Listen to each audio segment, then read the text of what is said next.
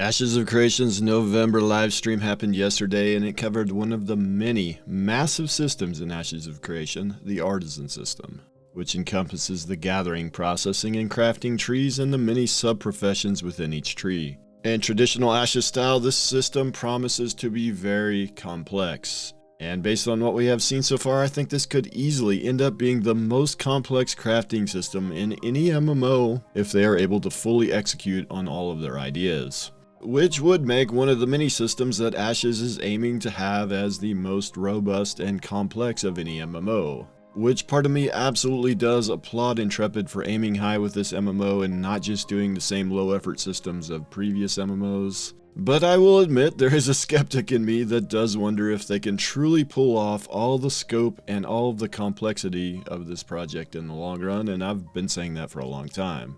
Also, this stream solidifies for me that Ashes of Creation is a game that is going to be much better with a good group. With just one sword that was crafted in this stream, in order to maximize the recipe, you would need inputs from the gathering professions of lumberjacking, mining, and herbalism. The herbalism materials can only be gathered at night for this specific recipe as well, which in theory would gate them a little bit.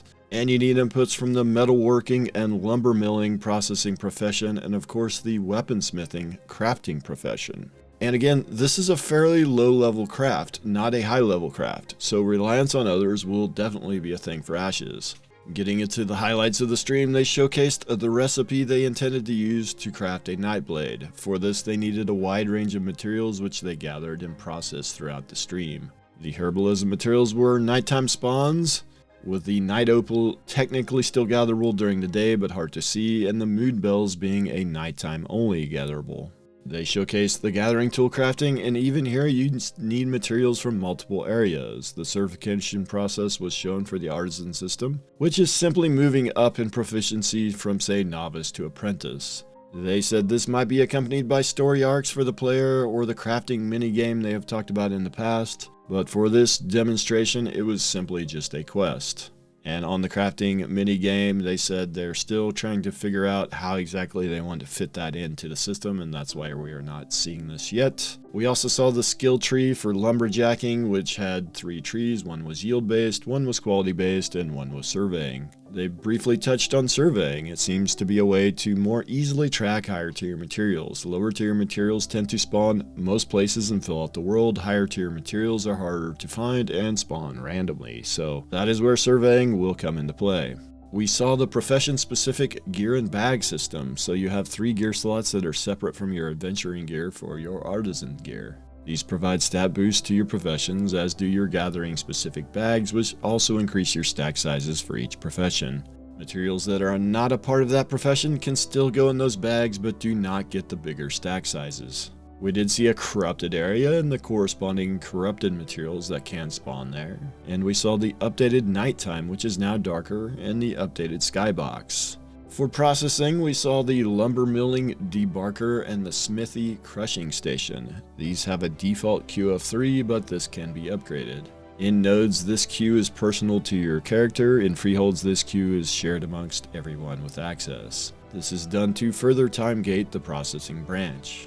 There's also a job size in the processing station, so the same type of processing can be essentially queued multiple times into one slot by increasing the job size. Processing stations have fuel, which we do see in action. Some materials are much better as fuel, but most materials do have some kind of fuel value. I think this is a great decision, as it creates a material sink for lower value materials and helps balance out the economy. Finally, we see the final craft of the Nightblade.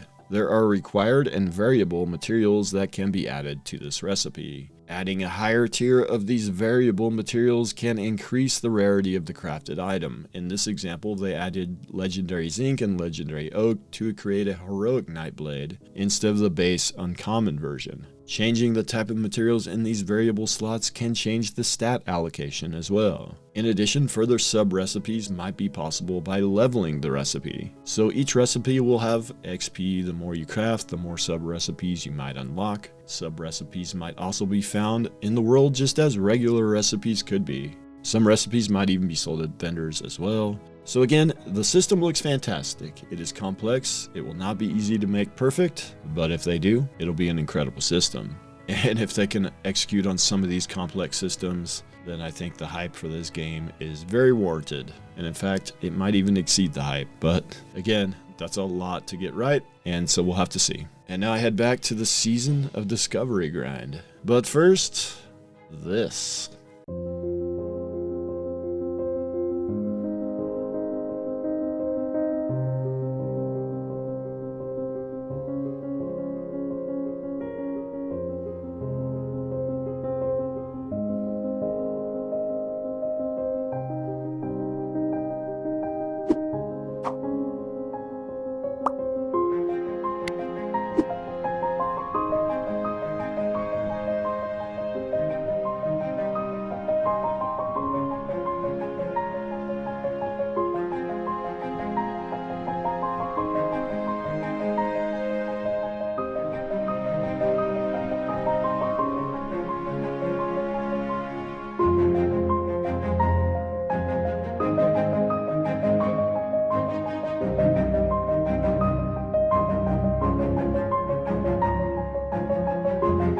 All you have to do is look deep into my ball.